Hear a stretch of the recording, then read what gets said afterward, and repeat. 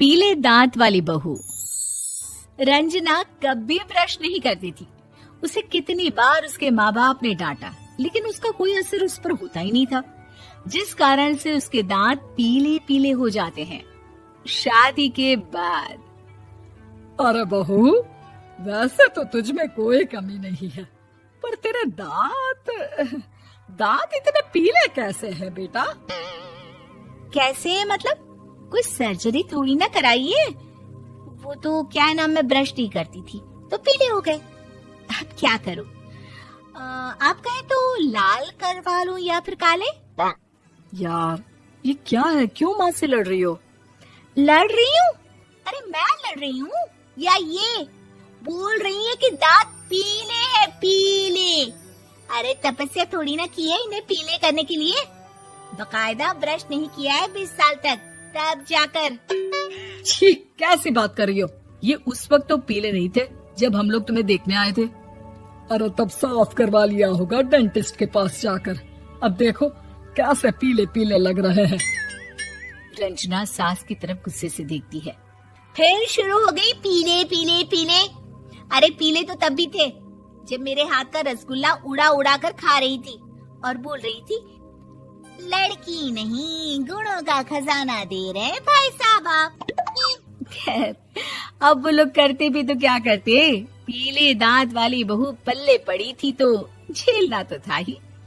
एक दिन कीर्तन में रंजना गाना गा रही थी। अरे कमला बहन, माँ का द्वार है, यहाँ तो सब शुद्ध होकर आते हैं, फिर अपनी बहू को ब्रश भी नहीं करवाती तुम। दूर से पीले पीले दांत भक्ति में बाधा उत्पन्न कर रहे हैं। अरे कोई 2 साल की बच्ची थोड़ी ना लेकर आई हूँ मैं बहू बनाकर। अच्छी खासी लड़की है, अरे कैसे करवाऊं ब्रश? ये तो उसे खुद करना चाहिए ना। अब माँ बाप तो इसके जैसे तैसे निपटा दिए, ये नहीं सोचा कि सास कैसे संभालेगी। सास बहू को लेकर घर आ जाती है, लेकिन सोच लेती है कि अब इसे लेकर कहीं नहीं जाएगी। अगले रोज बहू कहती है, अरे क्या हो गया, मंदिर नहीं जाना क्या? कीर्तन का वक्त हो रहा है। मेरी मधुर वाणी से कान्हा जी जागते हैं और सोते हैं। आप तो जानती है ना उनकी भक्ति में कितना मन लगता है मेरा। वो क्या है ना, तबीयत ठीक नहीं लग रही है मेरी, आराम करूंगी मैं। तबीयत ठीक नहीं लग रही? अभी तो मिथुन के गाने पर नाच रही थी आप, और अब बोल रही है कि तबीयत ठीक नहीं लग रही। अरे भक्ति में मन लगा लो सासू माँ, ऊपर जाना है, क्या मुंह दिखाओगी आप? हाँ? सास को बहू की बात पर गुस्सा आ जाता है। मैं क्या मुंह दिखाऊंगी, इसकी चिंता तो ना कर, समझी? अपने मुंह की चिंता कर, जो ये पीले पीले दांत लेकर हर जगह पहुंच जाती है। पता है लोग कितना मजाक बनाते हैं। ना जी ना, मैं नहीं जाना कहीं तेरे साथ। तो ये बात है। कोई ना, मत जाओ, मैं अपने कमरे में ही बैठकर भक्ति कर लूंगी। ऊपर वाला दांत थोड़ी ना देखता है, मन देखता है, भावना देखता है। और अरे बस बस, तू सब कुछ दिखा, बस ये सफेद चमकदार दांत ना दिखाना किसी को, है? जा यहाँ से। बहू को सास की बात का कोई फर्क नहीं पड़ता, वो तो जैसी थी वैसी ही रह जाती है। सुबह नहाकर किचन में खाना बनाना, फिर खाना खाना, कीर्तन भजन करना और सो जाना। एक दिन, माँ जी मैं सहेली के घर जा रही हूँ, शाम को लेट आऊंगी। हाँ हाँ तो जाना, मैंने कौन सा तेरी आरती करनी है घर पर बैठकर। रंजना सहेली के घर जाती है, जहाँ वो पार्टी में जाने की तैयारी कर रही होती है। अरे शिखा, कहाँ जाने की तैयारी कर रही है? मैं गलत वक्त पर आ गई क्या? अरे नहीं यार, उल्टा सही वक्त पर आई है।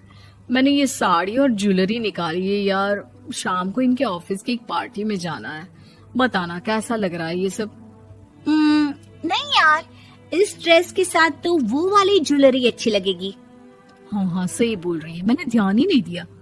वैसे तो हमेशा से मस्त फैशन सेंस रखती है। तो बड़ा जाती होगी ना पति के साथ पार्टी में। रंजना कुछ नहीं बोलती, बस सोचती है कि यार काश ये बात सही हो जाती, पर मैं क्यों नहीं जाती पार्टी में? क्या इन लोगों की कोई पार्टी होती नहीं होगी? रंजना घर आती है और रात में पति से सवाल करती है, एक बात बताइए, आप मुझे किसी पार्टी में क्यों नहीं ले जाते? क्या आपके यहाँ ऑफिस में पार्टी नहीं होती? पति बेचारा क्या कहता कि दांत पीले हैं तुम्हारे इसलिए। अरे कोई पार्टी होती नहीं हम लोगों के ऑफिस में, तो कहाँ से लेकर जाऊं? और मार्केट, मॉल, कहीं वीकेंड घूमना, कहीं तो। अरे यार सारे हफ्ते में एक छुट्टी मिलती है, तो सोचता हूँ कि आराम ही कर लूं। क्यों? रंजना मन मार के रह जाती है। पहले कभी सास के साथ मंदिर जाया करती थी, लेकिन वो भी सास ने ले जाना बंद कर दिया। घर बैठी बैठी रंजना बोर हो जाती है। तभी उसे आइडिया आता है और वो मायके जाने का सोचती है। सासू माँ, 2 दिनों के लिए मम्मी के घर जा रही हूँ। अच्छा ठीक है, आराम से जा। और हाँ, माँ से कुछ अच्छी आदत सीख कर आना कि कैसे शरीर के हर भाग की तरह दांतों की सफाई भी जरूरी होती है, समझी? शुरू हो गई ना आप। वो लोग आपकी तरह नहीं है कि छोटी छोटी बात का बतंगड़ बना दे। उन लोगों के लिए मैं मायने रखती हूँ, ना कि मेरे पीले पीले दांत। रंजना माँ को बिना बताए उन लोगों को सरप्राइज देती है, लेकिन जैसे ही वो दरवाजे पर पहुँचती है, अंदर देखती है कि घर वाले कहीं जा रहे होते हैं। अब माँ, काश रंजना दीदी के दांतों वाली प्रॉब्लम नहीं होती, तो वो भी हम लोगों के साथ चलती ना बुआ जी की बेटी की शादी में। हाँ बेटा, लेकिन अब उसे कौन समझाए कि उसको उसके पीले दांत नहीं दिखते, लेकिन उसके आसपास के लोगों को कितना एम्बैरेसिंग फील कराते हैं। मुझे तो कितनी बार उसके स्कूल की टीचर ने शिकायत की कि उसके साथ कोई लड़की बैठना भी नहीं चाहती, और ना ही कॉलेज में कोई उससे बात करना चाहता था। लेकिन पता नहीं क्यों उसे ये बात समझ में ही नहीं आती। कोई कमी नहीं है उस लड़की में, बस यही कि दांत पीले हैं। वो तो भला हो जीजा जी और उनकी माँ का, जो दीदी को जैसी है वैसे ही रखा हुआ है। रंजना को अपने घर वालों की बात सुनकर बहुत दुख होता है। वो सोचती है कि वो क्या करे, लेकिन फिर वो सीधा डेंटिस्ट के पास जाती है, अपने दांत चमकाती है और कसम खाती है कि वो रोज ब्रश करेगी। अरे क्या हो गया? तुम तो 2 दिनों के लिए गई थी ना, पर कोई ना, अच्छा है, चलो आ गई तो। रंजना सास के सामने आकर खड़ी हो जाती है और पूरी स्माइल करती है, उसके चमकदार दांतों को दिखाती हुई। हैं? चले मंदिर?